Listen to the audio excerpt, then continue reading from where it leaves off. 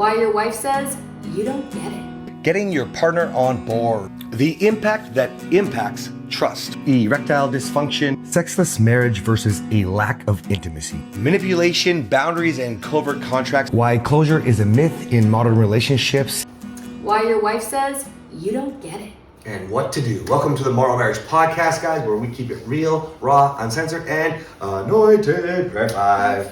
All right, guys, we have got a good one for you today. And I thought this would be kind of cool because I hear my men say their wife saying this all the time. I just filmed some content on this too. But I want to hear Kathryn's perspective, mostly because I wonder if your wives have talked about it a lot. If they say something like that, I know that there's probably different ways of saying it. Not probably, there is. It would be like, you don't understand me, you never listen. I used to say to Kathryn, it's like talking to a wall. Oh my gosh. That was my version of it, But I wanted to bring this to your attention because I think it's very valuable to understand when I want to hear your perspective, but I believe that when somebody says this, what they're actually saying is, I really wish you'd take the time to understand. I wish you cared. I wish you cared would be another thing, right? And I think that this is so valuable because I know that when I hear somebody say something like, you don't get it, just speaking of the gym from last episode, this brings me back to when I was training, and I had a group of social workers that I was physically training, and I remember one of them, Kim, saying something like, hey, if you tell me to squat the same way, like 6 times in a row, I still don't understand. You just have to try to say it a different way. And I've tried to apply that as much as I can real time the rest of my life, okay? And I don't know from that moment, I should say, but definitely like I try to work with that one with the kids all the time, right? Like if the kids don't understand, I'm constantly trying to help Briar, for example. She gets nasty with her siblings when they don't understand her, right? And Vale gets pretty annoyed, and so I try to remind, just try to say it a different way, right? But I have to do it myself.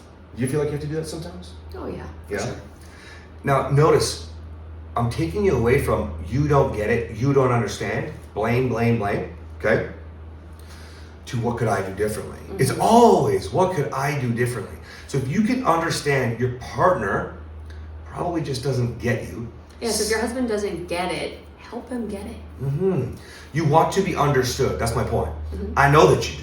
So why don't you take a little fucking responsibility in how you say it, what you say it. Hey, what about your tone? Lots of times Kathryn will say to me real time, can you say that a different way, please, babe? Right? Or she'll say it to the girls, oh man, so cute. You've been saying it since they were little, but you're like, can you say it without the eyebrows now? I'm like, your eyebrows are very angry, so say that again. Fix your eyebrows, please. And we have this little symbol, we do this little helicopter thing, yeah. It means try that again. Yes.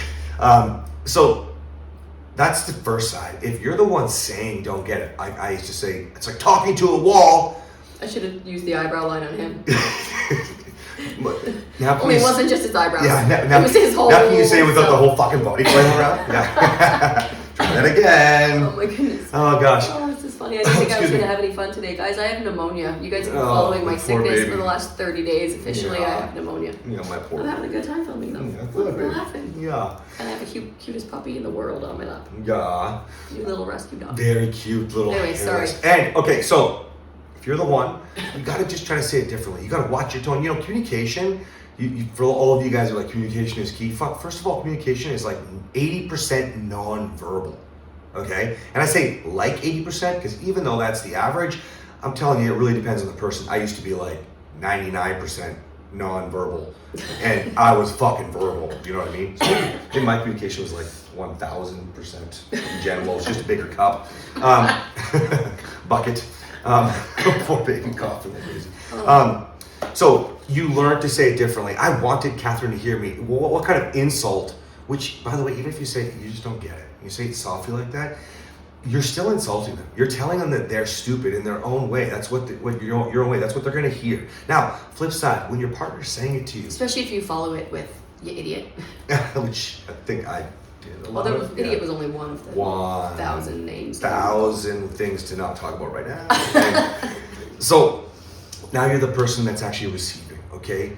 You can give them the benefit of the doubt. It's the flip now. What could you do differently here? Well, I like to teach you guys in my course about getting curious, about asking questions. I wrote a post about making decisions today, and one of the things I was talking about was, because we're talking about the 16 weeks connection that we have in our app, this free training, and essentially step 3 is making decisions. And the way that I want you to think about this is like, if you can choose to connect, right? It's almost like re-dating your partner again, right? When you guys are disconnected, or if you're connected, maybe you get along well, you're roommates, but you're not like, full on, partnership, intimate, that stuff. It's about your connection, right? And if you can get curious, like Kathryn and I could ask about what our favorite colors are, because they change depending on things, and even recently, like our taste in vehicles we've really explored that, and like the colors and the way that we're going is totally different than what we would have always liked before, And so it can be fun, it can be exhilarating to get to know each other. So if you can think about it in conflict, I know that's not exactly fun, but you know what is fun? When you repair, and if your partner's saying you don't get it, they want you to understand, they're just not using the language or the body language or the tone that they should. They're not being appropriate. So in this side of the equation, when you are taking responsibility, you have to be the one that's more invited. Try to be more curious. I recently had a guy, I think I talked about it when we filmed last time, I can't remember, but it applies here as well, where he was like, she said, you don't care how I feel, or something like that. I can't remember the exact example. He was like, well, I'm trying to express how I feel. And as soon as he said it, when I was on a coaching call, I was like, but dude, like I teach you in the recess, she doesn't give a fuck how you feel right now, right? If somebody is saying that you don't get it, okay, it's not even that they don't care how you feel right now, it's that they care only about how they feel right now, which means you need to fucking listen. You need to understand. You need to go deeper. You need to take the shit that they give to you, because by this point, they're frustrated. You know what I'm saying, babe? Yeah, is there anything you want to add? Thought of something, but no. Okay, well, thank you, baby. There's really not much more to it, guys. You're either on one side. I remember. Okay, go.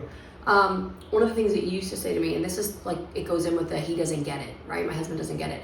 He used to say, if I'm not feeling it, so if I'm telling him I love him or whatever I'm saying, if he doesn't feel what I'm trying to express, then I need to do it a different way. But what he used to say was, if I'm not feeling it, you're doing it wrong. So I tell my women, I said, if you're not reaching him, you're doing it wrong. I said, now it doesn't mean that it's actually wrong. You could speak to me this way and I might get it, but if your husband doesn't get it, try it a different way, because you're doing it wrong for him. And then that puts the responsibility back on them. So if he doesn't get it, maybe he doesn't understand something like we just talked about love, that you love him.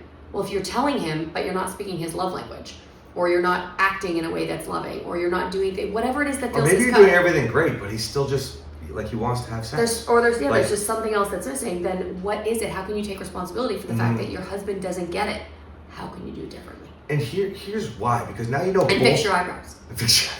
Now you know both sides of the coin, but here's why it matters, because the moment, I'm going to go further with that example. Yeah, well, you don't get it because you'd not sleep with me. I've been talking about that for so long, or whatever. See, now you both don't get it, and you both only care about how you each feel. You're no longer taking responsibility for what you can do to move it forward, and now you are both fucked. Okay? So you have to understand which side of the coin that you're on with this kind of behavior. We give lots of examples that break off too, okay? So apply it to what's going on with you, and then understand that your partner and you are mirroring each other. Okay, so unless you want the same sort of reaction, let's just go with the mirror example, you want to keep shadowing it, look in the mirror instead and think back to what could I do differently? Where do I want this to go? And then be there for your partner. Be there and lead your partner. Because right now, if they don't care and you're the one who's trying to care, you can't A, follow their bad example, which by the time we got to this last part of the episode, that's what you're doing, or B, you've got to, you can't stop going where you want to go and go back, because now you're inconsistent again. So now there's no trust, there's no safety. Now they really don't think you give a shit. Okay? All right, guys. See you next time.